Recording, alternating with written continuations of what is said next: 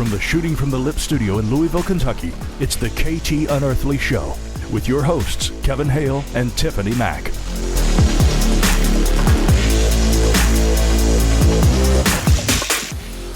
What is up, everyone? Kevin Hale here, shooting from the lip on this Friday night, July 8th, 2016. Shooting from the lip, Friday night show, the KT Unearthly Show with myself and Tiffany Mac. Tiffany, what is up? Hey, how are you doing? I'm really, I had a long day today, so hopefully we'll be able to hang all night together. I actually had a very traumatic experience today. I had to take my dog to get a tumor removed. It was very upsetting. I was so sad. Oh. As Arnold would call it, a tumor. It was a tumor. There was a big fatty tumor on my little bitty dog. It was so sad. Wait, what's the issue? I mean, what? I don't know. Serious? He just. I don't think so. I think he just was starting to have a little bit of impairment and movement on his front arm. So they wanted to get it removed, but my poor little buddy, he's out of commission. How are you doing today? I'm doing okay. It was actually a very busy work day. Between work, I work from home, but working at my desk. I've got the TV on in the background, and I was telling you earlier, I was CNN or History Channel, flipping back and forth. Once I had enough of the news, depressing news, I'd flip to get my dose Ancient of Giorgio. Giorgio with Ancient Alien. Yeah, just trying to figure out if my hair could ever pull that detail. So. Oh, I don't know. I've seen your hair. I don't think it can do that. It's pretty amazing. His or mine? Did you ever hear my story? Yeah. Did you ever hear my story about Giorgio and my husband? We usually talk something at the beginning of the show, paranormal. So I guess this is going to have to be our paranormal first take. So. This is, yeah. So everybody knows Giorgio Tsoukalos has this big hair, and I'm not really sure why he has such big hair, but he does. So when I started watching Ancient Aliens with my husband, he would, be like, why are you watching the hair again? And, of course, he's just very entertaining to me. But I did say that's kind of blasphemy that he's talking about the hair like that. But anyways. I know, isn't it? I've always said, I want to meet the hair someday. And the problem is that now I'm in a position to where it may actually happen. Really? So my husband's a little intimidated, yeah. I sort of have a crush on the hair. So if you want to try it, you can. But I don't think it'll be as good. No, I don't think the hair does the same thing. It's his thing. I'd only be known as like a Giorgio mark, and I still kind of want to walk to my own beat. Anyways, so here we are tonight. It's Friday night. The KT Unearthly Show. Some social media plugs. You can subscribe to our show on iTunes and YouTube. Shooting from the Lip. Twitter at the Shooting Lip. My Twitter at KenHale23. Tiffany is Tiffany Mac _ET. You can also like us, follow us on Facebook and Instagram. Coming to you live tonight via Blog Talk Radio, and we've got potentially a heavy show tonight. We all of our shows have been of the paranormal variety, which has either been ghosts or ufology, UFOs. We're making a right off the interstate for this. So share with us what's going on tonight. This is another personal contact, and it's been on my radar for about 6 months now, and we've finally gotten to a point where we can actually discuss it openly and sort of have our way with things. We've got 2 guests tonight, which is sort of abnormal for us, but the first guest is a good friend of mine, and she is a very special friend. Her name is Suzanne De Gregorio, and she is a cancer survivor. Suzanne and other Kentucky special needs parents were instrumental in getting a form of medical cannabis oil legalized through Kentucky state legislature, and she co-founded the Parents Coalition for Rescheduling Medical Cannabis. Suzanne's own epileptic son has had his first clear EEG in his life since starting the oil, so now it's a passion of hers to share information about this healing plant. She also was a part of a case in our second guest, Dr. Larry Burk's study on women who were diagnosed with breast cancer, first in dreams and then later in the waking reality. And it's going to be a really wild ride because this is more along the lines of a holistic type of diagnosis and healing process. And it's well documented, and he actually did write a book on this. So let's go into Suzanne's story first, and then we'll talk about Dr. Larry Burk and his book, Let Magic Happen. So let's welcome Suzanne to the show. Suzanne, how are you doing this evening? Great. Thank you. Thanks for having us on. Yeah, hey, we're Suzanne. really excited about this. Okay. First of all, let's talk about the medical cannabis and how you got into getting the legislature and all that started in the state of Kentucky. Tiffany, even this has a paranormal spin, or intuitive, we'll say. Mm-hmm. Just beginnings to it. So my son, Alex, he's 14 now. He has severe autism and epilepsy. When he was younger, he was falling apart, and nobody could tell us why. He was very much in pain and aggressive, and he would lash out. So he would be dragging me across the supermarket by my hair or pulling me in the backseat of the car by my hair, and he didn't even realize what he was doing.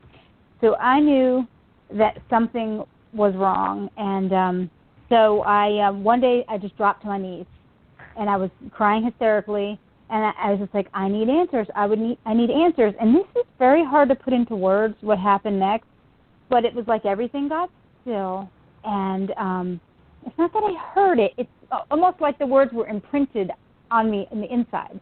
And it said, when he gets, so he's 9 at the time. It says, when he gets into puberty, something's going to come along that's going to be a game changer, but you have to look for it because you might miss it. If you're not careful, you'll miss it. And I'm like, okay, so I know enough that I've had intuition most of my adult life to, when something like that happens, I got excited because, my son had been suffering since he was very young, and then here is this telling me that someday it's going to stop and that I better figure it out or, he's suffer forever. So that was the pressure there. So I had my eyes open, trying different things. And then one day in summer of 2013, I'm watching CNN, and I see a documentary about this form of medical cannabis that was stopping epilepsy in a lot of kids. And it's like something flipped a switch in my brain and said, you're going to meet that guy, and this is it. The guy that was talking, Josh Stanley, who invented, and I was like, oh, okay. Well, so I started gunning for it. So this was probably about October of that year that I started gunning for it, and I was like, we're getting that here. And so myself and some other moms pulled together a coalition and got the epilepsy group on board, and we went to Frankfurt. Right in the middle of that, I was diagnosed, but with cancer, so that got real confusing. But we got the law through within 4 months, and then when we realized that because it was still federally banned, that the states weren't going to allow us to have it, even though we had the law, that then parents in a similar situation from other states, we all got together and formed the federal group, and then that group lobbies for taking the plant off Schedule 1. Because Schedule 1 means it's banned, it can't really be researched for medicinal purposes. We take it off, and that means suddenly states can pass laws and don't have to worry about them being shut down. So finally, a year later, let me back up. So when I was trying to figure out, okay, should I start gunning for this, I had a dream that my son started talking to me. And he didn't talk very much at the time, and he was speaking in full sentences. And then the next day, my sister calls, I had a dream Alex was talking to me. And then another friend says he was talking to me, he was telling me how hard it was when he had autism. And I thought, well, that's interesting. He's still going to have autism. Right. Well, and she says, and he was riding next to me on a bike, that was weird because I'd never dreamed that he talked, and nobody else had. So 3, right when I'm trying to figure it out, and that was like a sign to me. I took it as one. Mm-hmm. But like 3 weeks after getting on that oil, he rode a bike for the first time. He was 13. Gosh. He'd been working on that for years, and bam, and now he's a lot more verbal than he was even a year ago. Usually with autism, if they're not talking well by 13, you've gotten what you've gotten from them, and the kid is like taking off on so many levels. So I believe this is the potential for a lot of conditions. If we can be allowed to research it and access it. So I'm going to ask a question, and I don't want it to be insulting, but I wonder, as a parent, was the idea of possibly getting a high from it, was that intimidating, or is that possible with the cannabis oil? Not with this form. That's a very good question because some forms it is, but this form, the THC, is so low that it actually qualifies as hemp. Okay. So the compounds in it that have the healing properties in CBD is not THC. It's not THC. Okay. Well, okay. So you said that during the process of finding this for your son, you were diagnosed, or you found out that you had cancer yourself? Yeah. I mean, formally, yeah. Tell us about how you figured that part out. In 2013. I started, in the early part, getting this, intuitive feeling that I needed to get a separate journal where I just wrote down any intuitive impressions that came to me. This was not a space to talk myself out of them. It was just, here are the facts. Whereas, because usually I talk myself out of them. Or I would have back then, opened a switch. Because then, all that summer, I was being awoken. It was almost like a thought was being shoved into my brain by my subconscious, and it was saying, it's your time to get cancer. It's time for you to get cancer. And this was happening every night, and I was getting so angry. So what is the problem? Am I nervous about something? Why? Why is this happening? So I just kind of let it go, but it was always in the back of my mind. And I thought, well, I'm having a mammogram, like I always do, but something told me when I had ask for an MRI, because I was told by the doctor that I had something called dense breast. And what that means is you have more fibrous tissue than fat in your composition, and women with this condition are more likely to have cancers missed on mammograms. Mm-hmm. So they do the right thing. They go get the mammograms, and then it doesn't show up, and it can be bad. So because of those dreams in the summer, I had the feeling, ask for an MRI because of you'll qualify because of the dense breast. Ask for an MRI. Well, I did, even though I passed the mammogram. And in between getting the MRI and getting the results, I have a dream that this female in a lab coat to me, you have breast cancer. And it was nobody I recognized from life, but when I woke up, I said, I would know that woman if I saw her on the street. Her image is burned into me. And I said to my husband, I'm going to have it. This is going to come back positive. He said, no. I said, no, it's because these dreams are recurrent. And when I have recurrent dreams, those are the ones that tend to come true. And so I end up having it and, finding out I have it. But this gets weirder. In this part of the story I don't normally tell, but since it's a paranormal show, I will. So a couple weeks later, I go to this local cancer support group to join. But when you join, you have to meet with a counselor. So I walk in the room, and I'm completely floored because it's the woman from the dream. What in the world? What is wrong with my brain? Why do these things happen to me? So as I'm talking to her, she tells me she's a cancer survivor, and she's a nurse. And I'm like, oh, lab coat. She had a lab coat on the dream. Mm-hmm. And I didn't tell her any of this. I just kind of let it go. But, yeah, how about that? Oh, my gosh. That's unbelievable. Okay, so not only did you have this feeling, this something inside you pushing you to go to the doctor, you also had a vision of a woman who you were to meet. Yes. So what was your next step? Well, it was it happens pretty fast. It was surgery, and then it was chemo and Herceptin. Now, this was the tumor itself couldn't have been more aggressive. I got lucky because it hadn't spread to my lymph nodes. So I have a good, my prognosis is good. I mean, it could be better, 85, it's not 100, but, I'll take it. So that all happened pretty fast, but I kept having dreams, and I realized that I can shut it down, and so I did for a year. I said I can't do this, just the constant flood of being harassed in your dreams, you mean? Yes. My dreams were like hazing me. Yeah, and I don't want to give the impression that it's all dreams. It's probably not even most of them. It's probably 5% of the time. But when you dream something that comes and you have a pattern of it, it's just, it's unsettling. I'm still not entirely comfortable with it, although I'm grateful for it because it may have saved my life. Mm-hmm. It did, if sure. I hadn't gotten that MRI, it would have just been missed again.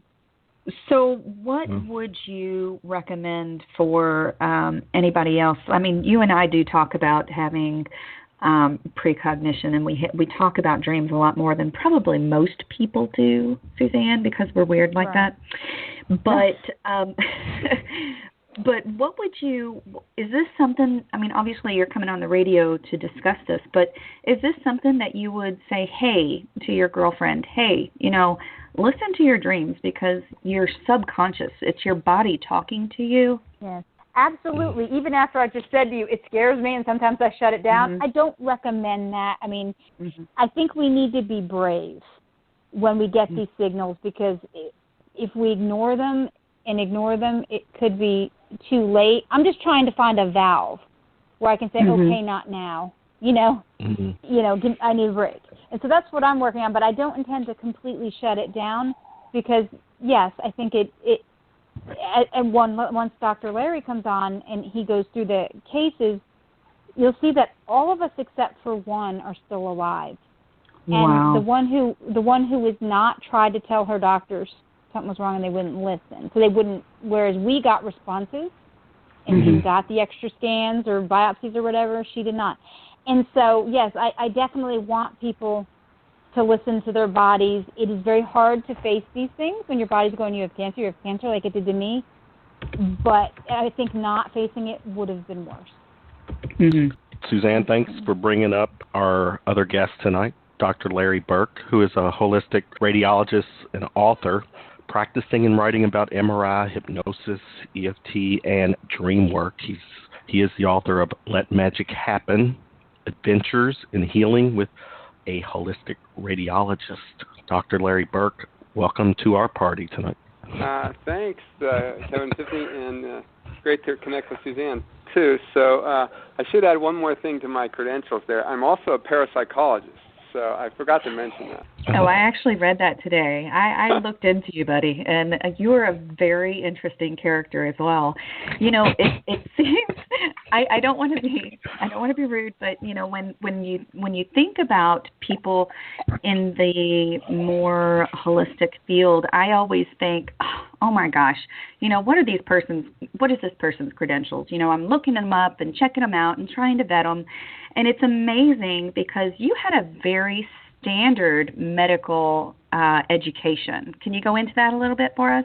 Yeah, I trained medical school at the University of Pittsburgh and then stayed there to do my radiology residency. And while I was there, I decided to become an academic musculoskeletal radiologist and go do a fellowship at the University of Pennsylvania. And during those early years, I actually did some of the original research on MRI of the knee and MRI of the shoulder.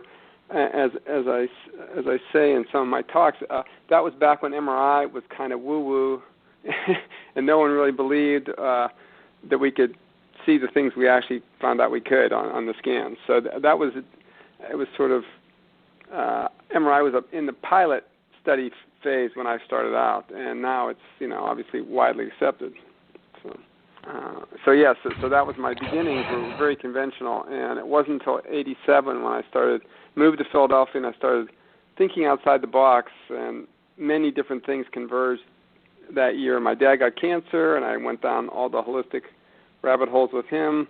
I joined the Magnetic Resonance Imaging Safety Committee, where we were involved in worrying about whether the MRI scans were safe and the effects of magnetic fields on people and also claustrophobic people. So I learned hypnosis.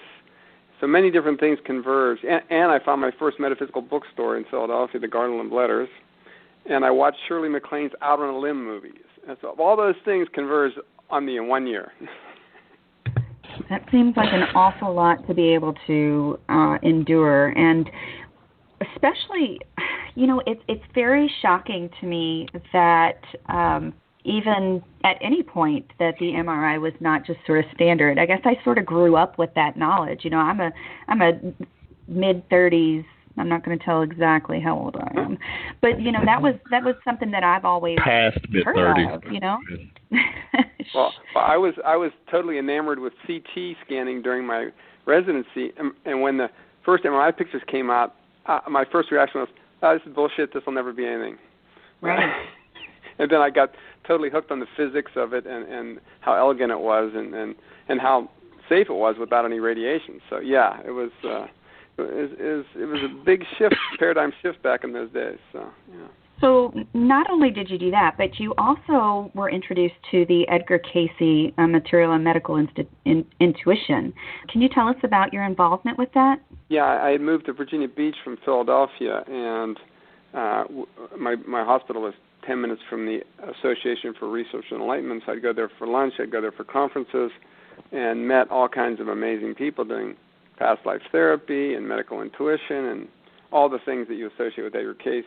And so that my biggest connection there was I met Carolyn Mace, one of the famous medical intuitives, and she actually did medical intuition on one of my MRI patients, which just completely blew my mind. So how did you get involved with women like Suzanne? That's a nice sound bite. I like that. Yeah, really. So I'd been keeping a dream diary ever since 1987, my own personal dream diary, so for 30 years. And about 10 years ago, one of my best friends from Philadelphia, Diane, who was a meditation teacher, was diagnosed with breast cancer, and she told me her story about having a dream first. And it was very similar to Suzanne's story. She was woken up by this very dramatic dream about being in an operating room, laying on the table, having her breast operated on for cancer by a woman surgeon. And she was so startled by that, she went in and right away for a mammogram, and it was normal. And she had dense breasts like Suzanne, so it was like harder to find the cancer if your breasts are not completely replaced with fat. And radiologist came out to reassure her and said, "Oh yeah, you're fine. Come back in a year or whatever." And Diane was just, "No, I think I have breast cancer. And would you do an ultrasound?" And the radiologist just flat out refused and said, "No, there's nothing on the mammogram. You don't have a lump. I wouldn't know where to do the ultrasound." And so Diane said, "How about right here?" And the radiologist said, we still refused, and she said, "I'm not leaving until you do the ultrasound." And so finally the radiologist reluctantly puts the ultrasound probe on there. There's the cancer right deep in the breast. The radiologist just turned white as a ghost and goes, kind of like a stammering, how did you know it was there? And she said, "I was shown it in a dream." And that pretty much blew my mind when I heard that story. But then she told me the follow-up to it was that a couple weeks later she went and had the surgery, and when she walked in the surgeon's office, it was the woman from her dream, and just like Suzanne said with the nurse. And so she had the surgery by the woman who she'd seen a month earlier in the dream, and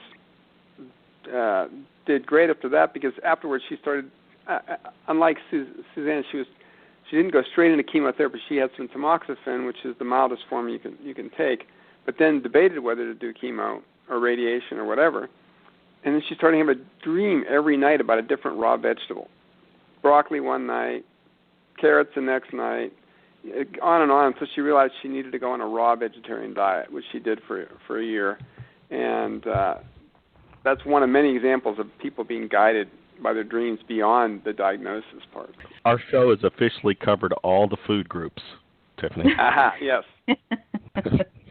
Okay, so I'm going to ask it may be a silly question, but I've heard that when you have a more alkaline diet, you actually help prevent from cancers to be growing out of control.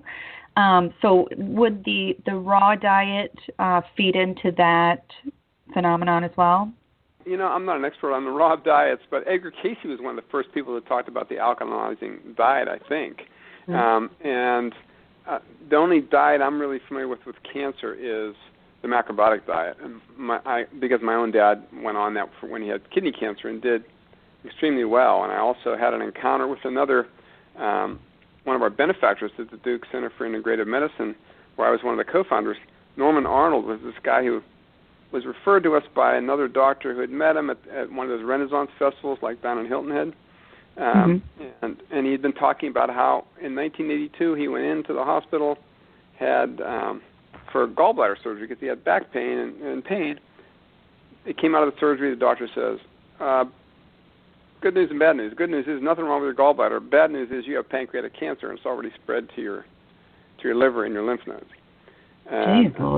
Yeah, now Norman, being a wealthy businessman, had resources, and he said, where do I go to get treated for this? And he goes to the latest cancer center where they were doing mouse monoclonal antibodies at Fox Chase in Philadelphia. But while he was in the hospital, he got a Life magazine article with Michio Kushi's story about macrobiotics and how half a dozen people had been supposedly cured of their pancreatic cancer. So Norman sent his lawyer around the country and tracked down all these people. And sure enough, they had pancreatic cancer and they were better. So he hired a macrobiotic chef, went on the diet. A month later, his urine turned green and his tongue turned black, and he got kind of freaked out and called Kushi, and Kushi said, oh, very good, you're detoxifying the cancer. Sure enough, I met him 18 years later. He's a walking miracle. So I can vouch for the macrobiotic diet in some cases. Wait a minute. If I heard you say this right, his urine turned green, his tongue was black, and he kind of freaked out. Yep. I think my whole apartment complex would have heard my scream if, I woke up and, I've got to ask. I want to, going back to dreams, because to me, when it comes to dreams, I do pay attention to my dreams. I do think dreams are an epiphany, but at the end of the day, I always have thought that dreams are answers to questions we've yet to ask. Oh, I like that. So what I try to do now that I'm older than my mid-30s, I'm actually well older than mid-30s, but I'll wake up, and if I remember something neat or different about my dream, it's kind of, I guess it's kind of a diary too. I just jot a one line or a word or something, so that as days go by and something else pops into my head in the middle of the night, I'm trying to, in a sense, connect the dots, because I do think a dream is giving me a story or to answers to either a story or stories that I've yet to get to. I do think that, when you have, you wake up and you have this vision, and I mean, is that what we call that? What? Deja vu. When, you think you've already experienced. I mean, what's the difference there? I think that's a good explanation for the deja vu phenomenon is when you have a deja vu experience, it may be that you had a dream about it and you just don't remember the dream. Right. That's a pretty good explanation for deja vu. The other thing you were mentioning about jotting things down, that's why when we do dream interpretation, they recommend, a lot of the dream teachers recommend giving your dream a title. Even if you don't remember the whole dream, you'll remember the title of it. Okay, there you go. Make it easier to connect the dots. Right, and that's kind of what I'm doing, because I do think now more than ever, as I'm realistic at my age, that I'm past the halfway point in my life. So I'm trying to really make good of the time I do have, however, whether it's a year or 20 more years, whatever. And I do think there's a rhyme and reason to why we're here, whether it's to help somebody or be important, be a podcast host, to and you're getting wiser every year, remember. And then, Tiffany comes into my life and totally changes everything. And here we are on Friday nights. And, and I listen because Tiffany has some good stories, too, to tell. Because, Tiffany, a lot of your, you have your encounters at night. Or those are dreams, too, right? Well, not always. The funny thing with the things that I encounter, and a lot of them have been sort of the precognition that Suzanne was talking about. And yes, they have not told me that I've had cancer yet, but a lot of times I do listen to what is said, and I do feel that the more that we listen to our subconscious, the more we listen to that nighttime version of ourselves, the better our life will be. It's the things that I've encountered. I'm not talking the ET stuff. I'm just saying within the dream world, I feel that it helps you in your daily life. It helps guide you. And if you don't listen to it, you can end up really screwing up. But that's just sort of basic, I think that goes all the way across the board. When it comes to the ET aspect of my experiences, I think that they are a lot of warnings and guidance. So I'm not sure if it's very far off the mark with what Suzanne has said. But let me getting back to the aspect with Suzanne and Dr. Burk, as far as her experience in working with Dr. Burk, the study on the women, and taking into the whole cannabis thing, I'll start with Dr. Burk, is what you're doing frowned on by the big pharmaceutical companies? I live in the Research Triangle Park, right here in the heart of the pharmaceutical country, surrounded by every drug company in the world. Yeah. And this is clearly not part of their agenda. Right. And their money is made by essentially disempowering people. Exactly. And if you watch the evening news from 6:30 to 7, you'll notice when every traumatic news story is on, it's followed by a drug company commercial. So there's a reason for that. And you're not getting Christmas cards from them, correct? No, and of course, you've probably heard the story on the internet that's being promoted mostly by Joe Mercola's girlfriend, Erin, about the 50 doctors who mysteriously died in the last year, holistic doctors who mysteriously died under strange circumstances in the last year. So that's a I didn't want to bring that up, but I guess I'm glad you did. Yeah, let's talk about that, because I haven't heard this. This is news to me. Yeah, I did catch that, and that's, I was kind of tiptoeing around that, but money talks, and a lot of people think the big time, well, not think, they are big time lobbyists are part of that profession. The problem. Well, I actually know two of the people who were on the list. One of them personally, Mitch Gaynor, who spoke for us at Duke in 2000 for our integrative cancer conference, and not only was he an expert in nutrition and a board-certified oncologist, but he was also a sound healer. He wrote a book on sound and healing, and he would play the Tibetan bowls with his patients when he was doing their chemotherapy prescriptions. So he had just published a book and supposedly committed suicide, and it doesn't, in the prime of life, it didn't make any sense. And then Nicholas Gonzalez was the other top cancer expert in New York, and who was doing pancreatic enzymes for cancer, and he died of a heart attack, supposedly, and both of those are huge loss. So all that knowledge is gone. All of those potential problem solvers are gone. Well, they've written books, so their legacy lives on, but still, it's a huge loss. Do you ever fear being on that list? Well, I think I'm invoking some angelic protection now, so which makes sense. Yeah, why not? Yeah, was aware of a few of these list of these doctors who supposedly have met a untimely passing, but raises the whole, conspiracy theories where cannabis, it's widely known as the miracle drug, yet right. The government or the big pharmaceutical companies, they're not going to promote natural healing. Alternative medicine. I did just see an article this week saying that the drug prescriptions have dropped in the states that have cannabis, which I think is a pretty interesting trend. Mm-hmm. Yeah. For things like pain and nausea and things like that, those exactly. prescription sales are down. Yeah. Well, and the fact, and then I have to share this story. My oldest daughter, I have 2 grandsons. My oldest grandson has what they call apraxia. It's a speech, it's a learning motor. Sure.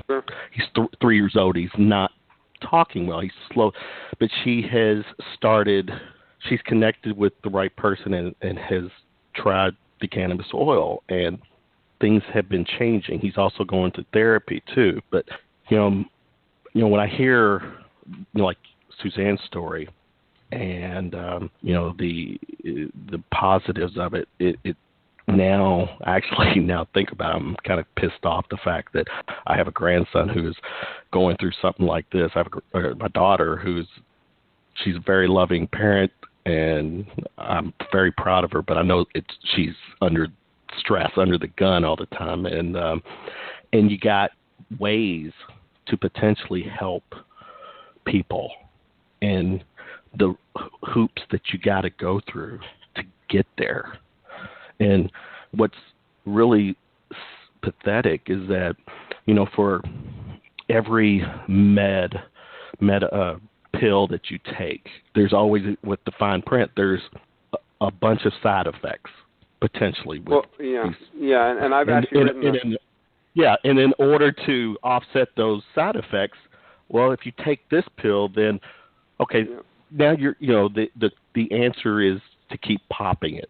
I've written about this in terms of the price we pay for suppressing our symptoms, and that the leading fear of people have, other than public speaking, is death. Okay, and then the biggest, and we do everything we can to suppress that, and then where we have the antidote for the fear of death in all the stories of near-death experiences and after-death communication and all that, if it would only be allowed into the discussion. But the fear of symptoms is the next big thing, and people will go to great lengths to suppress their symptoms, even though the symptoms are likely to be messengers from their subconscious telling them that there's something in their life that's out of balance. And the same thing is just like Suzanne was saying about the dreams. The dreams are scary, they're persistent, and you just like them to go away, kind of just like your symptoms. And I tend to think of dreams happening in the waking state, and symptoms are like in the waking dream that we're in. So it's very analogous. I like that. Interesting. There's something else that I read about, and I've heard of this before, Dr. Larry, but it says that you have been introduced to EFT, the Emotional Freedom Techniques. And along with your hypnosis and your acupuncture training, you've been using this with your treatments. Is that correct? Yeah, I do. I've been doing it for 14 years, and that's mainly what I don't do acupuncture anymore because I'm married to an acupuncturist who's much better at acupuncture than I am. So I do EFT and combine it with hypnosis. But I also combine it with dreamwork. So I actually have people bring in their worst, scariest nightmare, and then that's what we tap on. So it's really a great way. It's called the Dream to Freedom technique that a friend of mine had developed. Can you tell us a little bit more about that and how you use it with your patients and what it can do? I have everybody keep a dream diary, and then I obviously take the history and find out where their pain points are in their life and tap on whatever their historical traumas are. But then if we get stuck at some point, I'll say, have you had a dream lately? And then what was the worst thing, the most emotional thing in your dream? And then we just tap on that, and it's often the key to a breakthrough. So I've really gotten, since the Dream Project started, 5 years ago, I've really been upping the ante on using dreams in my clinical practice, which is a lot of fun. Suzanne, have you ever used any of these other techniques with your own condition or with your sons? I use like hypnotherapy, so I write hypnotherapy scripts and listen to them as I go to sleep every night. So if there's something I'm trying to accomplish, or even if it's just to sleep well, I just run that through as I'm falling asleep over and over. And then when I'm done with a particular script, then, I move on and work on something else. That I do. And I learned that from our mutual friend, Rebecca. That's right. Okay. Yeah. Hi, Rebecca. Excellent. One of the cool things that one of the other dreamers in the study did, Wanda Birch, was she started having, after the diagnosis, she wrote a book called She Who Dreams. She started having continual dreams during her chemo, and they were some of the most healing dreams I ever heard of. In the dream, she would see the chemo coming down the bag, which had all these X's on it, like toxic poison. It'd go down her arm in the IV in her dream, and as it went through the IV into her arm, it turned into healing energy in the dream. So she just recorded those dreams as meditations and played them to herself while she was going through the chemo, and she did extremely well. Well, I mean, what better source of a guided meditation than your own subconscious, So do you think that, do you feel that, this is getting into shady, murky waters, but do you think that these processes help in healing, or is it something that people could choose to use instead of chemotherapy and radiation, which we know kills all cells, not just the bad cells? Yeah, I mean, there's, it's interesting that some of the dreamers in the study really wanted to do everything. So they wanted to do chemo, they wanted to do radiation, they wanted to do hypnosis. They were just like full on, try everything, and now other people, avoid anything toxic and go the straight holistic route. And I think you just have to trust your own intuition. If your intuition tells you to have chemo, have chemo. If it doesn't, don't. That's sort of the way I would approach it, because everything has to be customized to the individual person and what their soul needs are. And some people need to go through that ritual of chemo. I'm not sure why, but they do. I think I'd be scared of it in general, but you know what? It's not for me to decide the fate of one person. But, okay, so you've also done something that's become called comfort talk. What is comfort talk? Well, that was when I had learned hypnosis back in the early 90s to help my claustropic MRI patients. And then a friend of mine actually did years of research at Harvard and created a company where she was actually going around training MRI technologists and other hospital staff to do simple hypnosis with their patients when they're going through procedures. So I've been doing that for years, and it does make a huge difference. And then one of my hypnotherapy teachers actually does hypnosis for patients going through chemo, and they get much better results, fewer side effects, if they do the hypnosis with the chemo. And that teacher, her claim to fame was she went through major abdominal surgery with no anesthetic. Oh my gosh. Yeah, oh my gosh. Not everybody wants to do that, I can tell you that, but she did. So. Lord. And she survived, just like the old days. Yeah.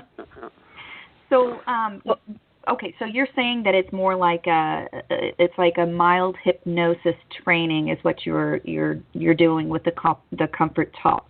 Yeah, so, people get less drugs when they're going through a procedure in the hospital, and I personally would never have surgery without some form of hypnosis. It makes your surgery outcome much better. You're more relaxed when you go in. Generally, the way you go in is the way you come out. You heal quicker. Yeah, it's like hypnosis is really founded in really solid science, and it's crazy that we don't use it on every single surgery patient. I think I'd personally just take a lot of drugs because I'm terrified of going in. And I know that you say like it can help decrease pain and help with anxiety.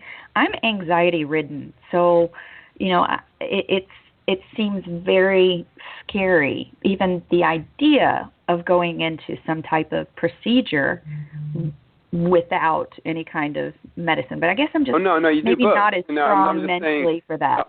What you do is you do the hypnosis on top of the anesthesia. Yeah, I mean, she doesn't recommend people going through surgery without any anesthesia. You do the surgery and the anesthesia with the hypnosis first, and it makes the drugs clear out of your system faster. You recover quicker. No, it's only the rare person who goes through surgery with no anesthesia. Tiffany, I thought you were. Kevin? Would you do that? I thought you were tougher than that. Well, I am tough. I'm a woman, but when it comes down to being cut on, it's a different story. Well, hypnosis for childbirth is important too. So. Oh, Tiffany, is this where you're going to play the childbirth card? You've never experienced pain until you've had a child. Okay.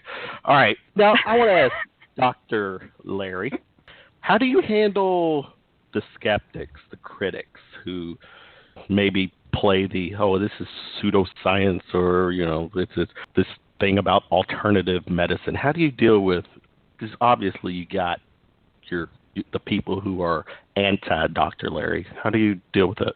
I mean, I had just done this. It was an interesting question because I just done my TEDx talk in Raleigh in March, and I've given a lot of, like half a dozen talks on the dream, warning dreams, to various different audiences, but they were all pretty much to true believers. It was to the Rhine Research Center where all the parapsychology people. It was at the Spiritual Frontier Fellowship. It was at the International Association for the Study of Dreams. Those people all, you don't have to convince them that dreams are important. So when my TEDx coaches heard my very first practice run, they said, no, you got to talk to the audience as if every single one of them is a skeptic. And so that I was like, I did a double take on that. I said, you're right. And so I established my credibility first, with all the research I've done in the past, and then just tell the stories and let them speak for themselves. But the other thing I do, I have done for years in the academic arena, is I use humor whenever possible. And when I'm telling these stories to my somewhat skeptical colleagues, I always tell it like they walk away going, was he serious? He must be joking. And I leave it like that, like, oh, yeah, and then they can walk away and think, no, he was just kidding. So always leave them guessing. So those experiences are not like the FBI director when he had to testify before Congress. I've because there was half the audience were pretty skeptical of him. I've had a few encounters with the arch skeptics, including, you'll love this, when I wrote my article for the campus newspaper at Duke on tapping for Duke students for final exam anxiety, and like to tap away your test taking anxiety. They have a comment section at the end of the column. The amazing Randy posted his $1 million challenge on me for tapping. I was truly honored. Well, wait a minute. I'm not familiar with that. What is that? The amazing Randy, who just died a year ago, was the magician who was one of the lead skeptics who would go around debunking every psychic phenomenon. He took on Uri Geller, but he wasn't a scientist. Yeah, the amazing Randy, and he years ago he proposed this $1 million challenge. Anyone who could prove beyond a shadow of a doubt to him and pass his test that something paranormal had really happened, he would give them $1 million. So he's gone? We can't even do this anymore, right? He's gone. He's gone. We missed the boat, Kevin. No, there's got to be. I would think that somebody's holding him to the test. Beyond. That's not the same guy People have tried, and it's like, if you remember the classic cartoon where Lucy is holding the football for Charlie Brown. Mm-hmm. That's what it's like. And no matter how good someone's science is for the paranormal, he'll find a way to pull the football away just before they kick it. Yeah. This is who Russ was talking about last week, is Kevin. It? Because yes. But I thought this guy is still alive, and I thought it was. So I guess it's funny you brought him up, Dr. Burk. It's very funny that you brought him up because we actually did talk about him last week. Yeah. Well, that apparently, is right. Sort of coincidental. Friends of mine just told me that a documentary just came out on his life called An Honest Liar. And I was shocked to find out that it had a 97% positive review on Rotten Tomatoes. But I refuse to watch it. I refuse. I guess that goes to prove, Tiffany, that I do not always listen to Russ. Sometimes I have to tune him out. This is another guy that we are, but he is the ultimate skeptic. Skeptic, and but he keeps things kind of honest in a annoying way. But anyway. Oh no, I appreciate true skeptics, people who are seriously inquiring and skeptical. But they're open-minded enough. I always say, keep an open mind, but don't let your brains fall out. That's a good one. We'll have to remember that one. Yeah, I'm going to throw this out there, and I don't know. I'm going to try to say it the best way possible because we are talking dreams, and we do think dreams are answers to questions that we haven't asked, or in this case, potential. Well, but no, why potential? Do you not think every dream doesn't have some rhyme or reason? I have some pretty crazy dreams, Kevin. Well, I do too. I mean, it's. Go on with what you were saying. I like this train of thought. Actually, I'm probably going in the direction. Well, I'm going in my direction. Why is it that when you have, if a man has a quote unquote good dream, what's that? Is it just because What's a good dream, Kevin? What are you talking about? Some just spit it out. Crazy erotic dream. Is that my gold at the end of the rainbow that I'll eventually get to? I mean, what are my dreams telling me? I guess that's what the real question is. Well, Bueller, anybody? I'm curious to see what Suzanne has to say about that. Yeah, let's start with Suzanne. She's the one. Yeah. I don't know. I think they can serve different functions. Some of them are more symbolic. Some of them are more direct. Some of them may be physiological. So in the case of that one there, Kevin, that might be purely physiological. No deeper meaning. So I think it's hard to pin it all down to one thing. Suzanne, you've not been in my dreams yet, but if you do pop up, I'm gonna enlighten you. So. Well, I'm not interpreting those. T-Mac, you can do that. No, I'm not going there either. well, I think the whole precognitive dreaming aspect is the most fascinating of all the phenomena that I've seen, because there's just no scientific explanation for that. I mean, Dean Radin and other people are doing research on the pre-sentiment experiment, where people pick stuff up a few seconds before with physiologic response before a stimulus, but that's a few seconds. Right. We're talking days, weeks, months, ahead of time. Exactly. And that doesn't fit any physics that I'm aware of. So. Yeah, and I'm not trying to mock this, what we're talking about, but I'm just curious though, because I do think all dreams are there's like I said, every dream you can connect the dots, and I'm going to go somewhere with it. Then I think there got to be a reason. I mean, I think you're on Tinder too often. Or maybe not enough. I'm not sure which way that goes. But yeah, Well, this speaks to what my lucid dreaming teacher, Robert Wagner, talks about. He says when you're in he's been lucid dreaming since he was 16. He said when you're in your 20s and you're doing lucid dreaming, I'm assuming you're aware with that. You're awake in your dream, but you're still asleep. So, and you can control things in your dream and be creative and do whatever you want. Well, he says in your 20s, you pretty much want to fly and have sex over and over again. And then when you get to be 30 and 40 and eventually you get bored with that. And then he says... Bored with what, flying? Flying and sex in the dreams. Oh. And okay. He says then eventually you start asking questions about the characters in your dream, and you can actually interpret them while you're in the dream instead of waiting till the next morning. You just ask your dream characters, what do you represent? Oh, I'm your fear of this or that, or I'm your desire to do this or whatever. But then he also says you can also ask your dream characters, the ones that are projections of your own wishes and your own subconscious, the ones that are just your own projections, to disappear. And he said 2/3 of the dream characters will just disappear. Some woman you're having sex with will just disappear. And then he says But then there's another smaller percentage of them that are still hanging around going, and you walk up to them and you go, wait, now, I'm dreaming you. And they go, no, I'm dreaming you. And then you say, well, I can fly, look. And they go, I can fly. Yeah, and so you get into this consciousness challenge with your dream characters. So, and then beyond that, he just has, Robert Wagner, his website is lucidadvice.com. He's just an amazing lucid dream teacher. So I would definitely check out his 2 books there. Now, Robert Moss is another good one. Who is it? Oh, Robert Moss. That's Robert Moss? Yeah, Moss is Wanda's teacher, and they've been lifelong dream friends since childhood in an unusual way.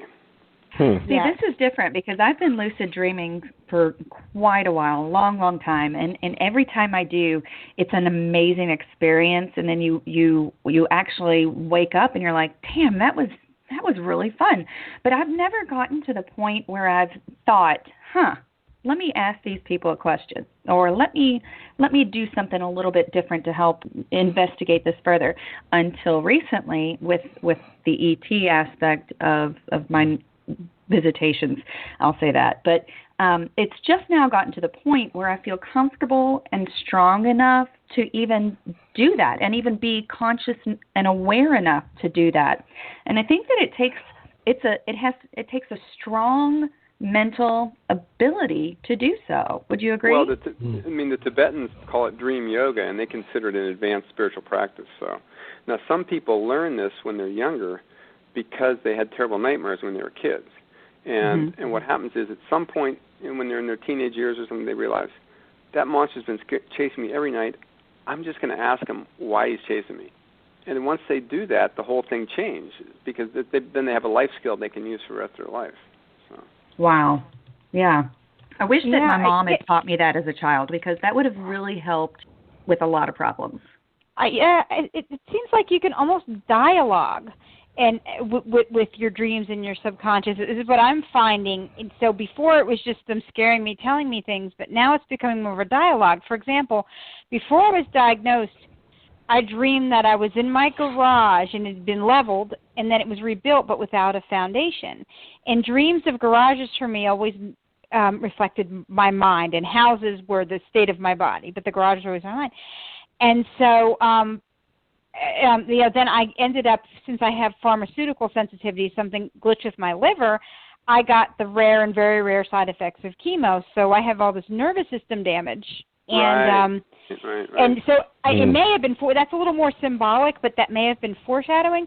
So I said, after reading Wanda's book, I said, I want to get back into that dream and lay down the foundation. I just, that had been an intention I had. Well, one day I'm drifting off to sleep, and I'm inside a garage. It's far more attractive than my own, white walls, and I had the presence of mind to get on the floor and put the foundation down. So I did that in the dream, and what that symbolizes is what I need to do to heal this nervous system stuff, because it's autonomic nerves and it's sensory nerves, and they can regenerate. It's not central. I don't mean central nerve damage. So that's very exciting to me, because it's all symbolically saying, okay, study what you need to study, learn what you need to learn to regenerate these nerves, and that's what I'm doing. Suzanne, I learn something from you every single time we talk.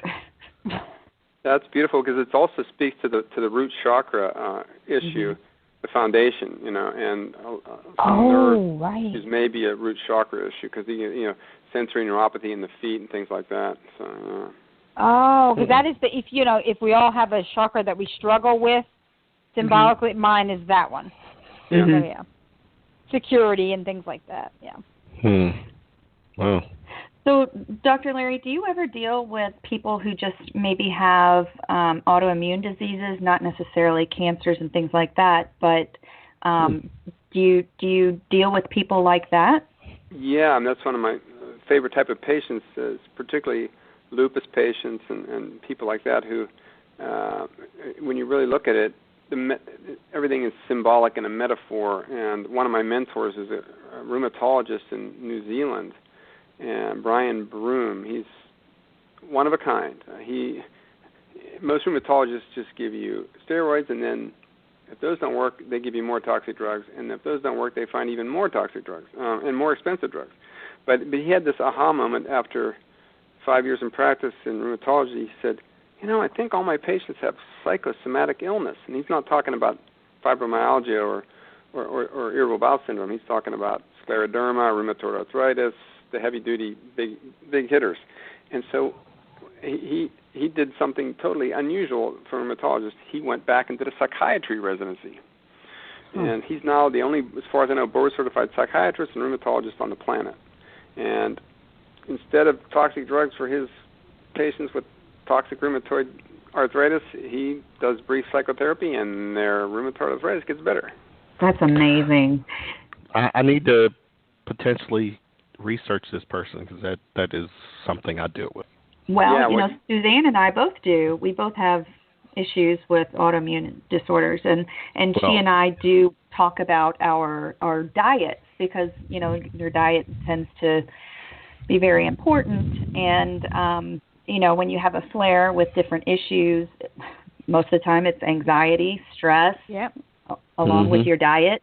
Yeah. And those are things that you can work on through exercise and being diligent and really trying to, stay out of the restaurants and stay in the gym, or do things in your life that you can change on a daily basis in order to take care of those issues instead of popping the next pill and then the next pill and then the next pill. You're right. I mean, my diet, with all the health issues that I have, my energy level is super. I don't need naps. I don't get tired. And this is someone who's just out of chemo, a year and a half. I should be. And it's because of diet. And if I even go a day and just eat something carby, then I'm flat on my back.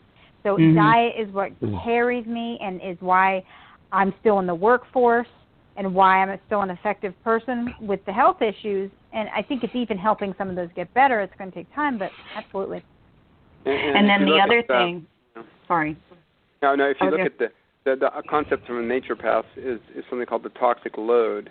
So if you're eating toxic food, getting exposed to toxic chemicals in the environment, getting exposed to electromagnetic fields from wireless and cell phones, and then you add toxic emotions on top of that, that's a perfect storm.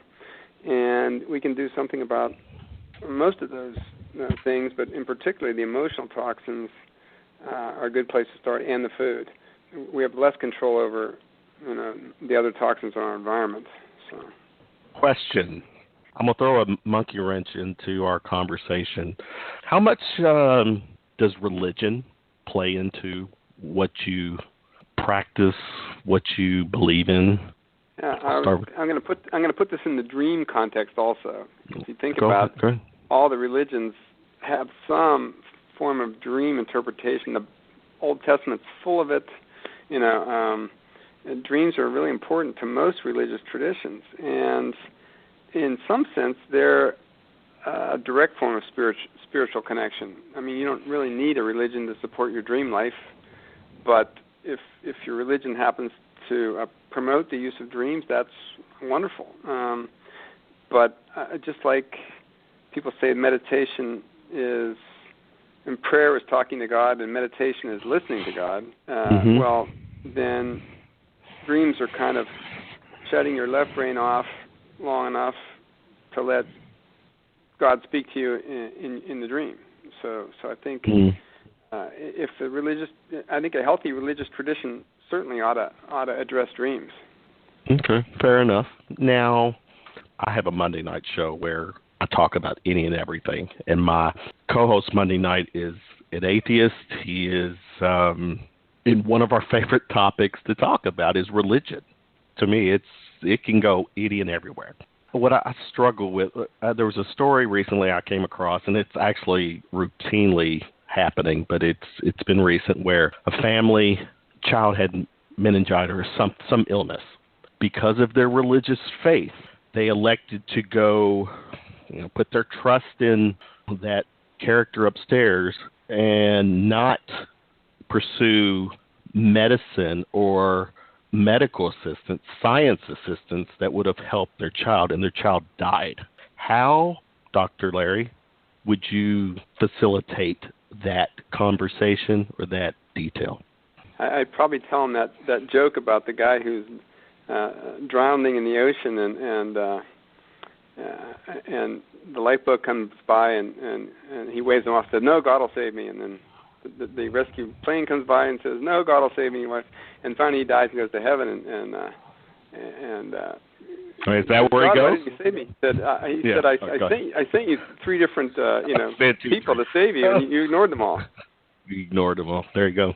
That's a good response. Suzanne, what about you? I mean, without putting you on the spot, is religion part of your daily routine? Is your faith? And it is. And I know in these modern times, with people on the spiritual other things, it's very popular to say, well, I'm spiritual but not religious. And I understand where they're coming from, but I love religion because that is an opportunity still in the society that is getting very separated from one another for groups of people to get together in common purpose and do good for others. And with that said, I understand that some people use religion not for good things, but I think in either case, religion is just the vehicle, not the gas or the driver. And good people, even if they didn't have religion, would do good things, and bad people, if they didn't have it, would do it. So for me, what I like about religion is the discipline of it. So I also have the spiritual New Age side, very much, there, but that doesn't have discipline. So the discipline of getting together with people, working for a cause greater than ourselves, or just having a prayer routine every morning or every evening that connects me and reminds me what I'm here for, whom I serve, all that good stuff. To me, that's a religious activity, and I find no shame in that. Does that make sense? So I like religion, but I like to operate outside of it too. I go to a Unity church. So I'm involved, but I also have views outside of that as well. I'll have to confess that I was born again twice, once in high school and once in college, and it didn't stick either time. So I'm kind of out of the religion cycle now. So. But do you have faith though? You have faith in yourself and I'm out of the religion cycle, but I'm deeply in the spiritual cycle. So exactly. Yeah. I think that they're related without having it's maybe a little bit more terminology. You don't have.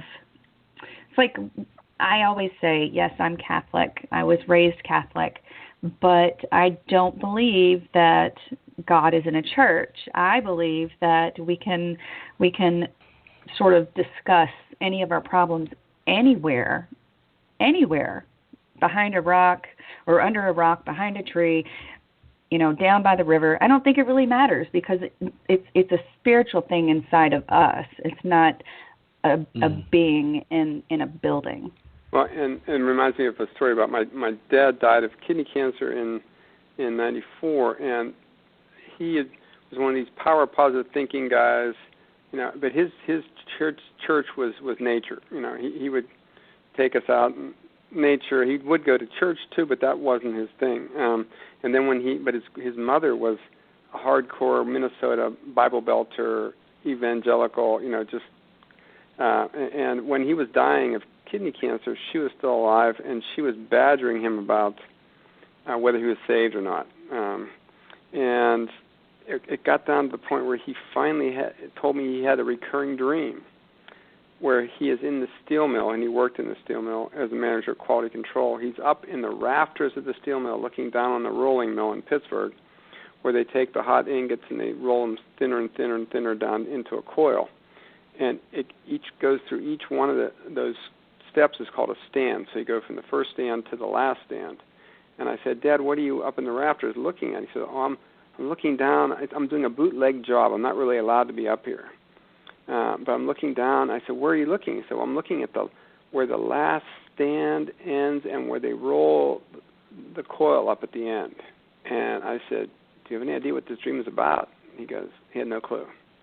And I said, wouldn't it make sense for your subconscious to use some very familiar terminology for you to communicate something very important right now?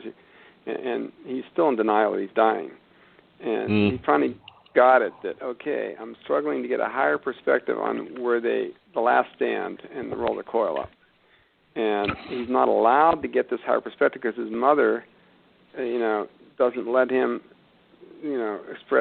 seek his spirituality in his own way.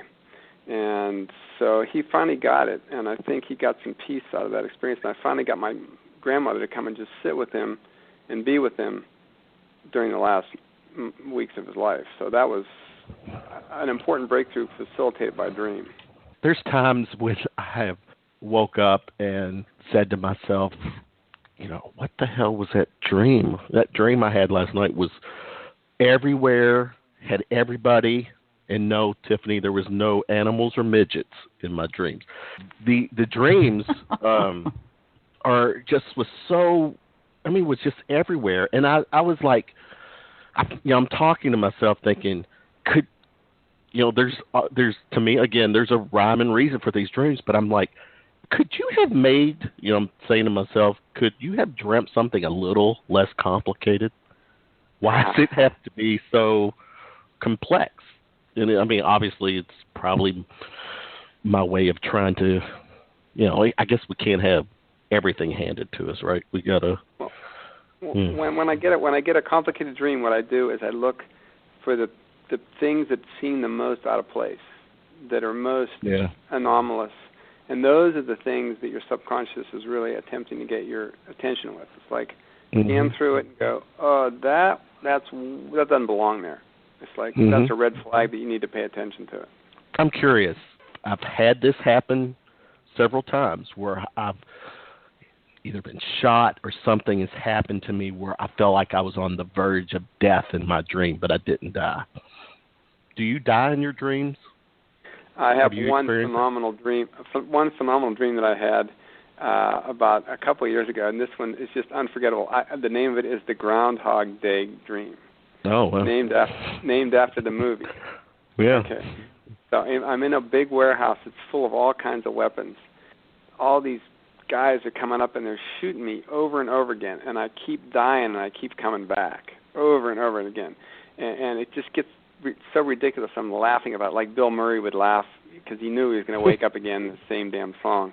And so he just attempted to kill himself in as many creative ways as he could. So and so finally they roll out this huge cannon, and they point it right at my chest, and they shoot it, and this big roll of toilet paper comes out and hits me in the chest.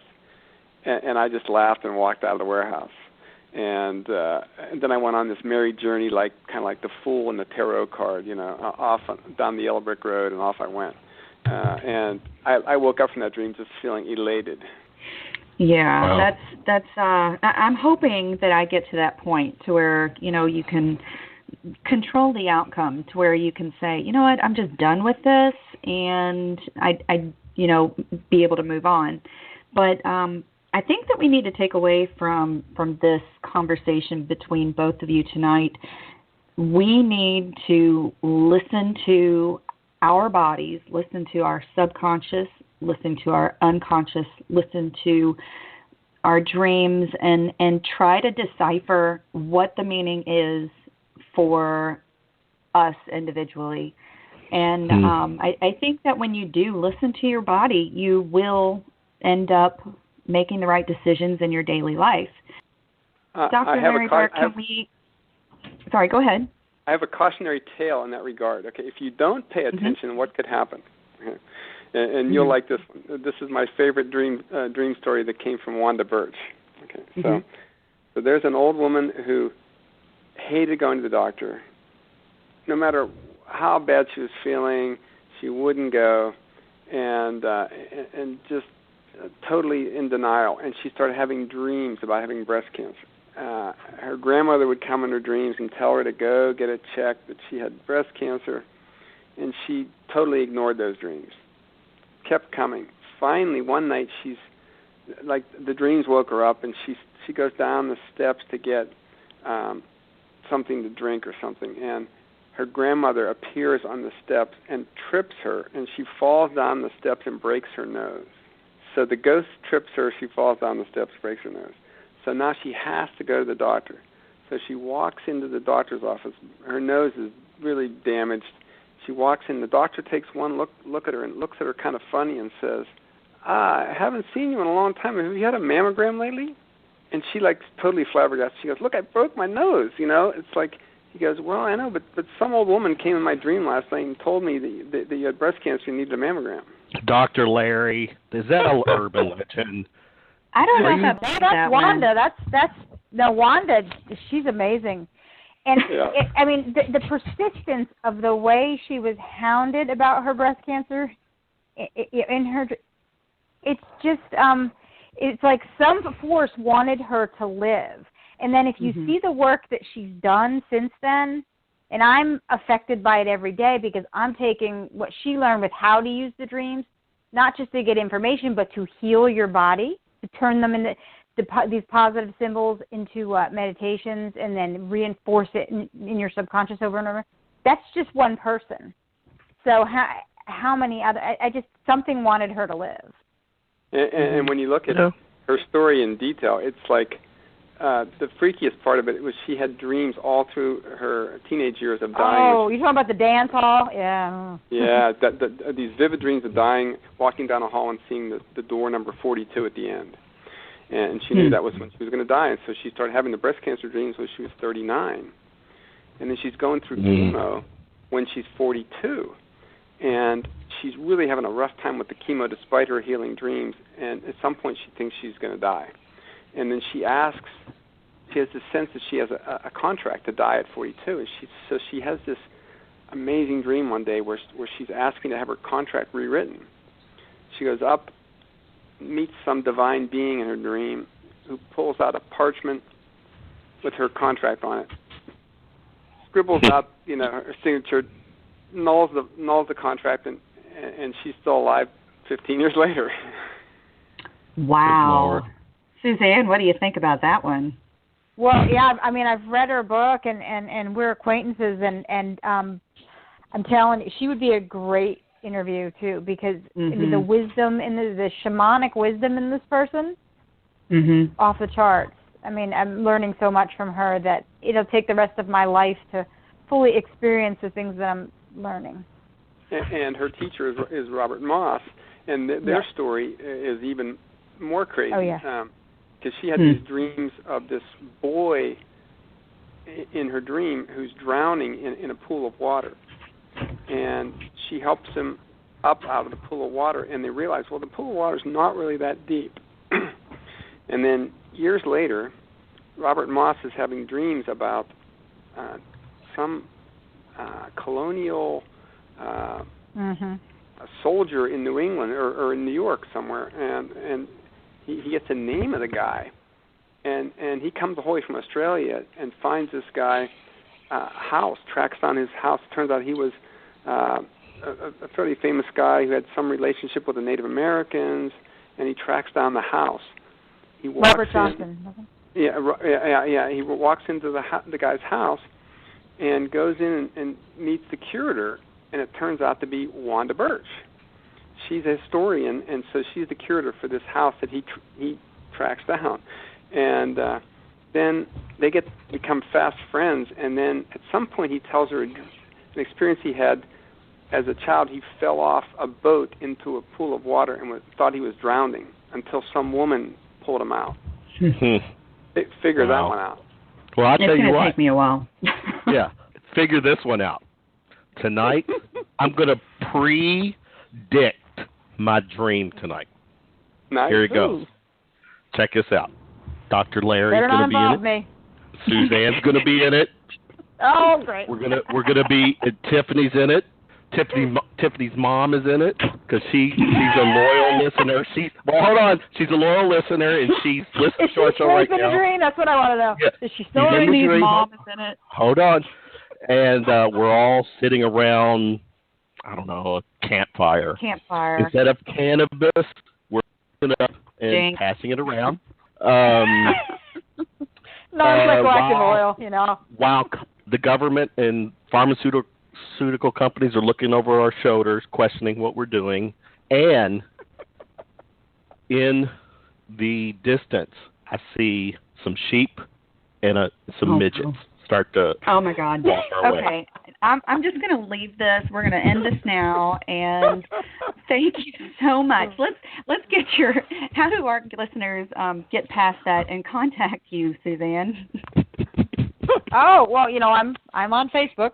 Okay. All right. That's Suzanne De Gregorio. I love that last name. I love it.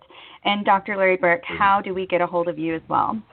My website's LarryBurkMD.com. So LarryBurkMD.com, all one word. And for people who want to watch my TEDx video, you can go to TEDxRaleigh.org. So it was a TEDx show that was done in Raleigh, North Carolina. So that's all. And also your LetMagicHappen.com. That's the same website as Larry Burk. Oh, it is? Okay.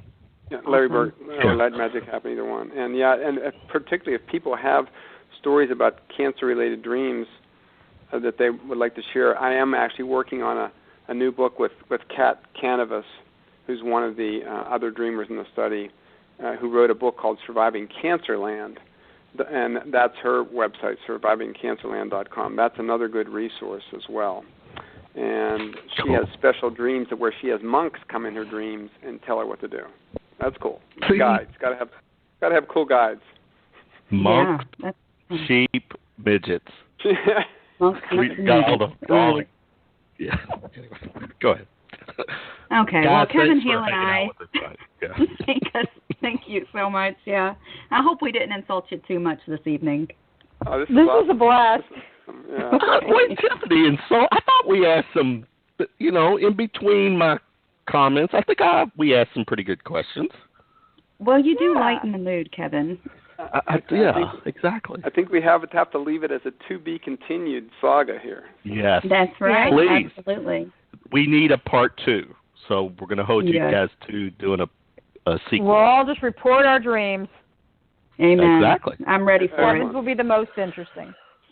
What? Okay. I'm sorry. It was tonight. I have to admit, real quick. We've been doing this paranormal theme show, ghosts, aliens, UFOs, and when Tiffany, told me, said tonight, well, it was planned, but when I really started doing the research about the show tonight, I was like, man, this is totally different. I'm saying to myself, how am I going to pull this off? Because it's just something new to me. But it was story. Right. It was really so is. enlightening. Yeah. I think Tiffany, without knocking our other shows, this might have been really this deepest fun show it was we did. Deep. Very. It was definitely deep, entertaining along with very educational. So that was a good twist of it this evening. But and I do hope we're all holding hands in my dreams tonight. Somehow, some way. Oh yeah. I don't think I want to touch your hands after this dream tonight. Don't. You're going to.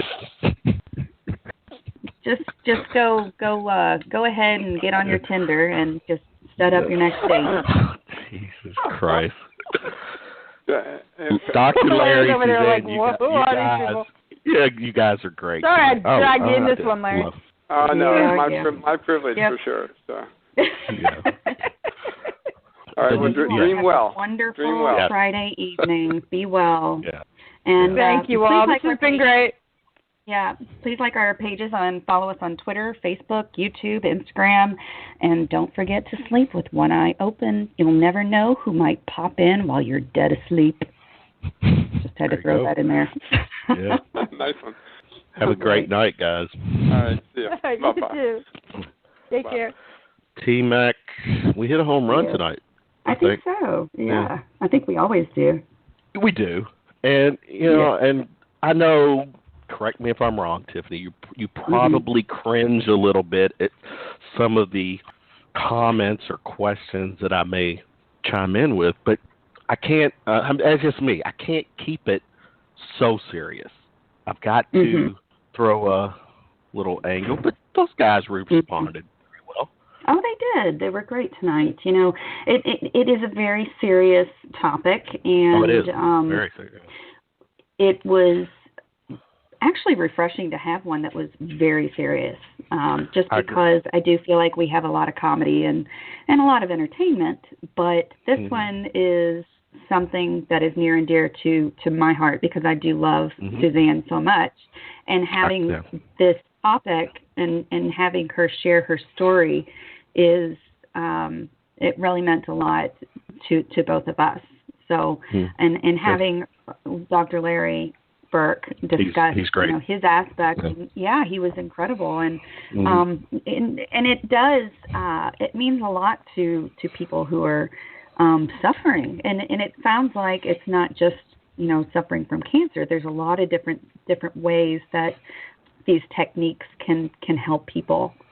So yeah, it was a lot of fun and educational as well. And I hope we reached a few different people in the audience tonight. I think we did. I do, because there was a couple of people that messaged me and gave me some, Laura Potter, I think you've seen in the messaging.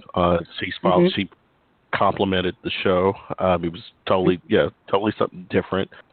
I think this is the right where I'm proud of this show tonight. I'm proud of, because it was just something totally different than what we've been doing, and I think that Dr. Larry, Suzanne came on, gave their stories, and just, I don't know if it's the right word, played along with us. Just was shooting the ship with us. There's the best way to put it. And it was fun. It was enlightening. It was serious, but not so serious. As that little tag. But, I know it. We always have a good time on our shows, and So this one's this is thumbs up, and I'm yes, congratulations to you for finding these people. I'm glad you agreed to do it. Oh yeah. Not everybody is willing to go into the holistic field. Well, if you realize, if you go back and listen to this show, the first part of the show, I wasn't talking much because I was listening. I had to really get an understanding of what I really needed, was trying to say. I wanted to formulate my questions right, and I paid attention. It was, there was a couple of things, and I think I messaged you that might have went over my head, or I didn't get that, but and then it just flowed. I mean, it was a very enlightening show, and conversation. Proud. Very good, Tiffany. Very good night. At no time were any animals or people hurt during this presentation of Shooting from the Lip.